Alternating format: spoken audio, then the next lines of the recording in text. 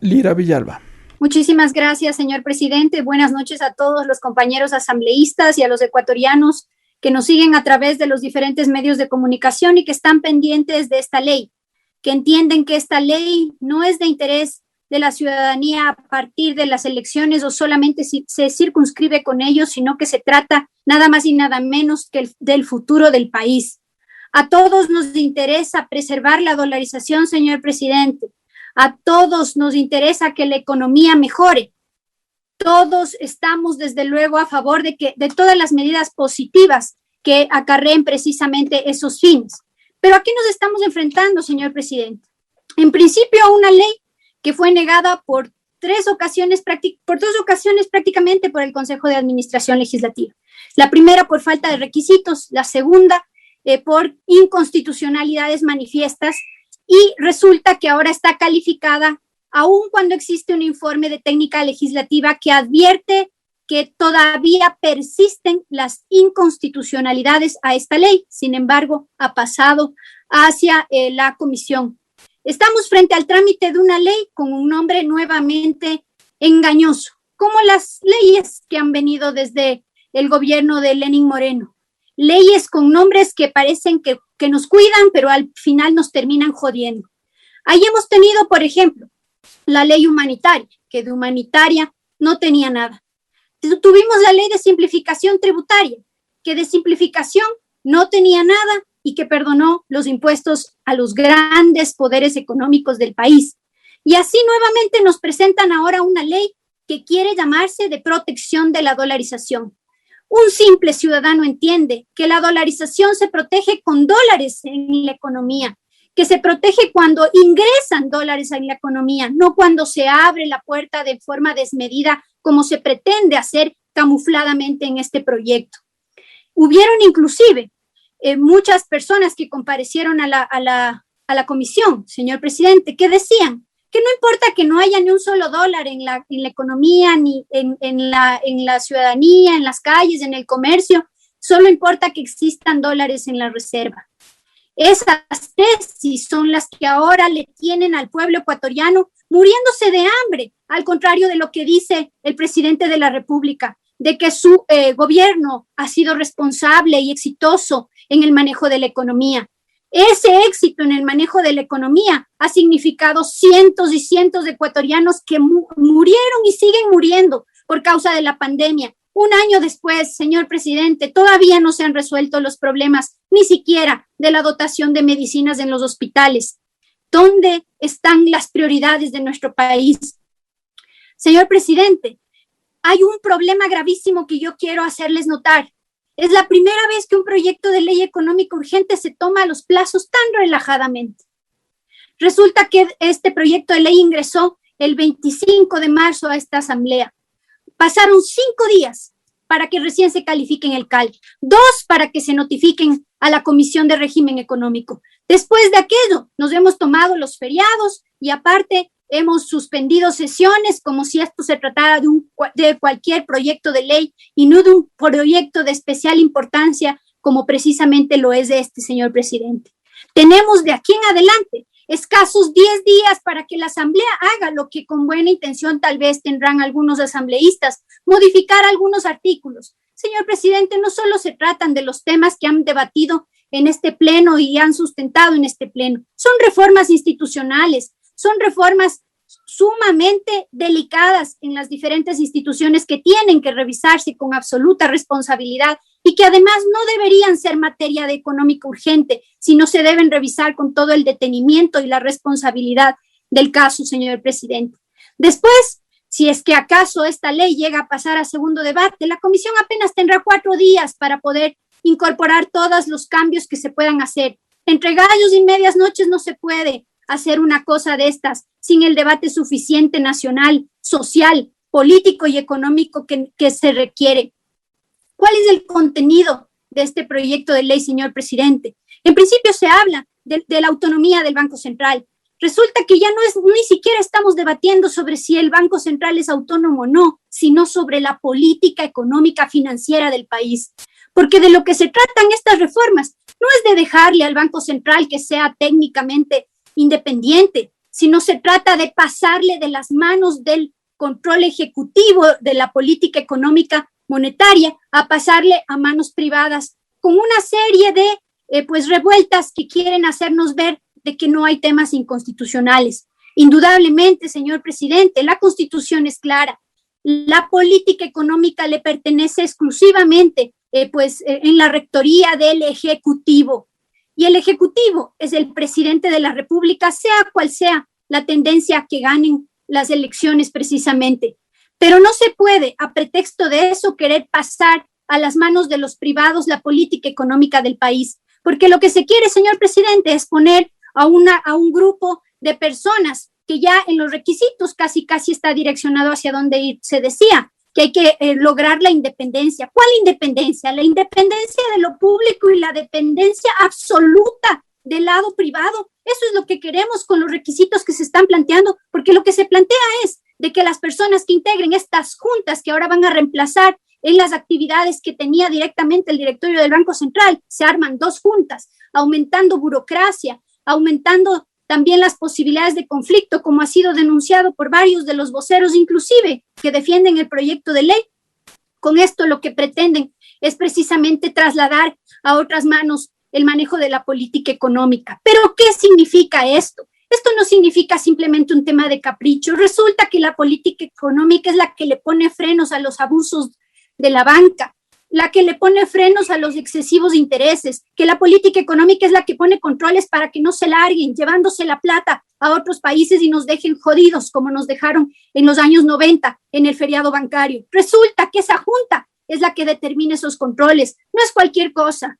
Así que lo que se quiere con los diferentes requisitos que se plantean, señor presidente, es dirigir. Dicen no, que no sean accionistas del banco, pero no les dicen la verdad completa, que no sean accionistas solo del 6% y solamente en el último año, porque eso es lo que dice el texto del proyecto de ley. Pero más grave todavía, que nos pretendan marear a nosotros, encantarnos con la posibilidad de que la Asamblea Nacional sea precisamente la que decida de las ternas enviadas por el Ejecutivo. Primero, nosotros tenemos un rol fiscalizador, independencia de poderes, que eso hay que entender. Confunden la cosa entre el tema de los pesos y contrapesos y dicen que porque la Asamblea va a designar a elegir, finalmente se van a dar este tema de los contrapesos. No, señor presidente, los contrapesos son en el ejercicio pleno de la fiscalización que se debe hacer al Ejecutivo, que es el responsable de toda la política monetaria y financiera, y no pretender ahora que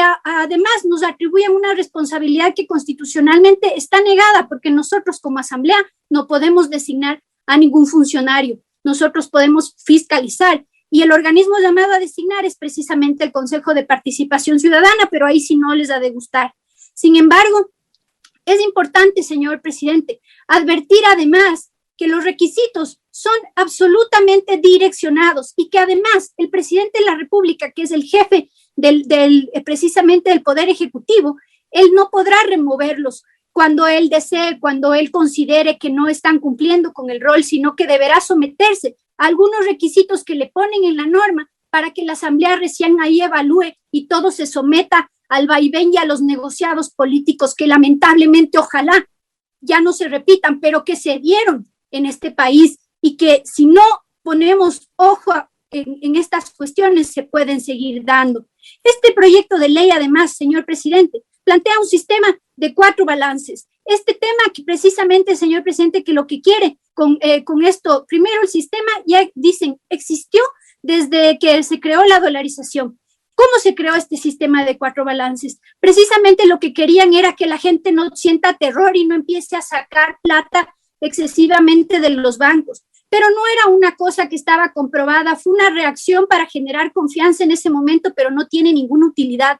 Y ahora con ese pretexto, precisamente con el miedo que nos han querido poner de que la dolarización se acaba y demás, quieren ahora ponernos este tema que no es otra cosa sino una regla de prelación que no sería mala si se tratara de cuidar a los depositantes por el valor que tienen depositado en los bancos, como está vigente en varias normas. Sino lo que se quiere es hacer una diferenciación entre lo público y lo privado, es decir, lo privado vale más y lo público no vale nada, poniendo en un orden de prelación primero a los depósitos privados y después al IES, al ISFA, al ISPOL, del que tanto se llenan la boca, que defienden. Ojo ahí, señores asambleístas.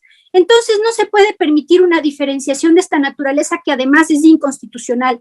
Además, señor presidente, existen gravísimas alertas sobre el sistema cooperativo que se quieren ponerles al nivel de las entidades financieras más grandes, inclusive poniéndole reglas que ahora solo son posibles cumplirlas a las del segmento 1, como si fuera de la noche a la mañana en un abrir y cerrar de ojos de pretender que éstas se conviertan en grandes instituciones financieras, olvidando el sentido cooperativista, social que existe en ese segmento, que debe ser indudablemente entendido con normas específicas. Pero ahora se le quiere hacer, pues equiparar no solo con esto, con las normas que ya se dieron hace un momento, donde se les exige $200,000 de capital para poder pues ingresar. Ahora ya no pueden crearse más cooperativas, cada vez están apuntando, disparando a todas las pequeñas cooperativas, a la pequeña economía. ¿Para qué? ¿Con qué fin? Desaparecer por fin el cooperativismo en el Ecuador y volverles a todas grandes entidades financieras, porque han sido denunciadas inclusive en la propia comisión, señor presidente, que los mismos funcionarios de la SEP son los que van a intermediar las fusiones de las grandes cooperativas para desaparecer a las pequeñas. Esas pequeñas son las cooperativas que están en sus barrios, en sus parroquias, esas cajitas que se han formado a lo largo y ancho del país para poder sostener la economía. No les pidan que se conviertan en banqueros ni en grandes cooperativas de la noche a la mañana, señor presidente. Esto está también en riesgo. Y está en riesgo además, señor presidente, varias disposiciones que también se dicen acerca de la institucionalidad de las superintendencias de banco. Se quiere que pues pase el presupuesto, ya no pase por la cuenta del Tesoro Nacional. Lo cierto es, señor presidente, que no les ha faltado recursos, inclusive en ocasiones han sido en ellos excesivos, y esto no puede pasar. Los recursos públicos tienen que ir a la cuenta del Tesoro Nacional, no pueden armarse cajas independientes. Además, señor presidente, hay un artículo especial que parece hasta una burla y misericordia a lo que vive el país. Dicen que es un artículo para atender las consecuencias del COVID. Y ese artículo, que es específicamente la disposición 56ª, señor presidente, lo que dice es que ahora se les facilite a los bancos, a las entidades financieras, precisamente que se les quite los bienes a los depositantes y no hacer lo que deben hacer, que es ampliarles los plazos y permitirles que paguen. ¿En qué país estamos viviendo? ¿Con qué lógica nos estamos manejando? De una vez, si alguien viene y nos golpea la puerta, hay que cerrarles la puerta en la cara y meterles un patazo en la nariz. Eso es lo que están pretendiendo hacer precisamente con este tipo de disposiciones. Señor presidente, estas situaciones no pueden pasar, lo hemos denunciado. La flexibilización de las tasas de interés no se dice textualmente, pero se incorpora mañosamente y eso se tiene que corregir. Sobre la prohibición del financiamiento al sector público, señor presidente, vuelvo a insistir con esto. Fácil es hablar del hambre, señor presidente, fácil es hablar del hambre cuando se tiene la barriga llena. Vaya y dígales a los ciudadanos que están sufriendo en las calles del desempleo y la falta de atención, vaya y dígales que el Estado no les va a ayudar en nada, porque hay que guardar en la Reserva Internacional toda la plata. Vaya y dígales y explíqueles por qué el gobierno hizo tantos préstamos hacia afuera y todo lo mandó a las reservas cuando la gente se estaba muriendo de hambre. Eso es lo que quieren perennizar a través de esta ley. Quieren perennizar como política de Estado a través de una ley esa indolencia a los ciudadanos y ciudadanas. Estoy de acuerdo que no se deben exceder en el uso de esos recursos, ni se deben prestar desmedidamente pues esos recursos hacia la inversión pública. Tienen que asegurarse, pero nadie habla de un término medio, sino de que no se toque nada. ¿Y saben lo que dicen, señor presidente? Que eso se puede tocar solo cuando hayan excedentes, es decir, de aquí a 20 años. De aquí a 20 años, díganles pues, como dicen los jóvenes ahora en el TikTok, ya pues, díganles a los ciudadanos que se aguanten 20 años las necesidades y el hambre. Esto no puede ser, no puede caber en el corazón y en la mente de los ciudadanos conscientes y mucho más de los legisladores que se creen representar a los ciudadanos. Finalmente, señor presidente, en base a todos estos argumentos que le expongo, el informe de la comisión indudablemente recogió todas las intervenciones.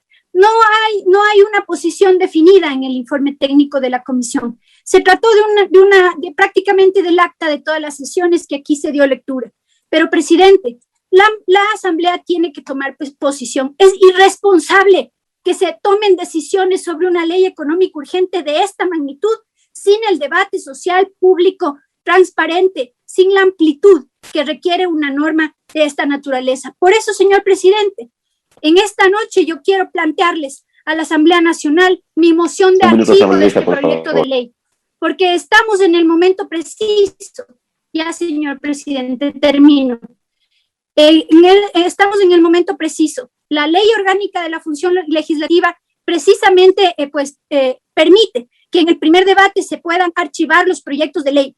Mandemos al archivo este proyecto de ley para que se mande y lo discuta la nueva Asamblea y lo discuta con la visión que tenga el Ejecutivo de la política económica, pero no nos quieran venir a clavar esta barbaridad de manejo económico que tuvo precisamente Moreno ahora y para el futuro. Eso es lo que no podemos permitir. Por eso, presidente, la moción de archivo está presentada para su consideración en el momento que usted autorice, señor presidente. Muchas gracias, compañeros y compañeras.